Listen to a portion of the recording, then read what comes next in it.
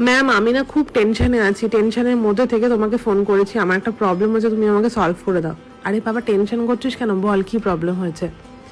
Ma'am আমার April মাসে একটা ব্রাইডাল বুকিং ঢুকেছে, তার কোনো এসি নেই এবং তার বাজেটও ম্যাম খুব কম, আর যেখানে থাকবে খুব সাফোকেটেড এরিয়া, খুব গরম, মানে ঘাম হওয়ার চান্স আছে। আমার খুব টেনশন লাগছে ম্যাম, কি প্রোডাক্ট ইউজ করবো আমি কিচ্ছু বুঝতে পারছি না, আপনি গাইড করে দিন। আরে বাবা এত টেনশন নিচ্ছিস কেন, আমি তো আছি। শোন, তোদের ক্লাসে শিখিয়েছিলাম রিকর্ড এমন একটা ব্র্যান্ড যে কিন্তু খুব লো বাজেটের মধ্যে বেস্ট কোয়ালিটি প্রোডাক্ট বার করে, যেটা সবাই জানিস এবং অলরেডি প্রোডাক্ট কিনেওছিস। তো টেনশন করছিস কেন, রিকর্ডের একটা নিউ লঞ্চ প্রোডাক্ট বেরিয়েছে গ্রিপ প্রাইমার, সেটার ব্যাপারে শুনেছিস তো? হ্যাঁ ম্যাম শুনেছি, আপনি স্টোরি দিয়েছিলেন।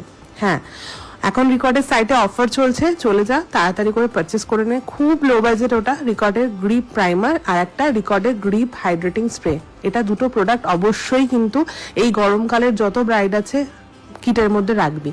তো কিভাবে করতে হবে সেটাও তোদেরকে বলে দিচ্ছি, টেনশন করবি না, সুন্দর করে কাজটা করে আসবি। প্রথমে কি করবি, ফেসটাকে, ক্লায়েন্টের ফেসটাকে ভালো করে ক্লিন করে নিলি।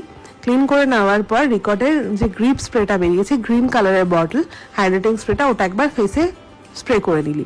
তারপর রিকর্ডের ওয়াটার ক্রিম, যেটা ক্লাসে কিনিয়েছিলাম তোদের প্রত্যেককে, সেই রিকর্ডের ওয়াটার ক্রিমটা কিন্তু ভালো করে ফেসের মধ্যে লাগিয়ে নিবি, অল্প পরিমাণে লাগিয়ে নেওয়ার পর রিকর্ডের যে গ্রিপ প্রাইমারটা আছে ফুল ফেসে ভালো করে লাগিয়ে নেওয়ার পর রিকর্ডের যে কারেক্টার প্যালেটটা তোর কাছে আছে সেটা দিয়ে স্কিনটাকে কারেকশন করে নিবি যেখানে যেখানে প্রবলেমস আছে।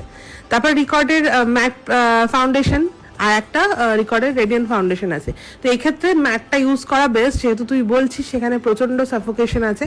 তো রিকর্ডের ম্যাট ফাউন্ডেশন 2 আর 11 number shade, fair shade 2 and dark shade 11, এই দুটোকে মিক্সড করে নিয়ে এবার তুই তোর ক্লায়েন্টের স্কিন টোন ওয়াইজ কালার করে নিবি। দিয়ে রিকর্ডের কনসিলার, রিকর্ডের পাউডার, দিয়ে রিকর্ডের গ্রিপ স্প্রেটা অ্যাপ্লাই করতে কিন্তু ভুলিস না।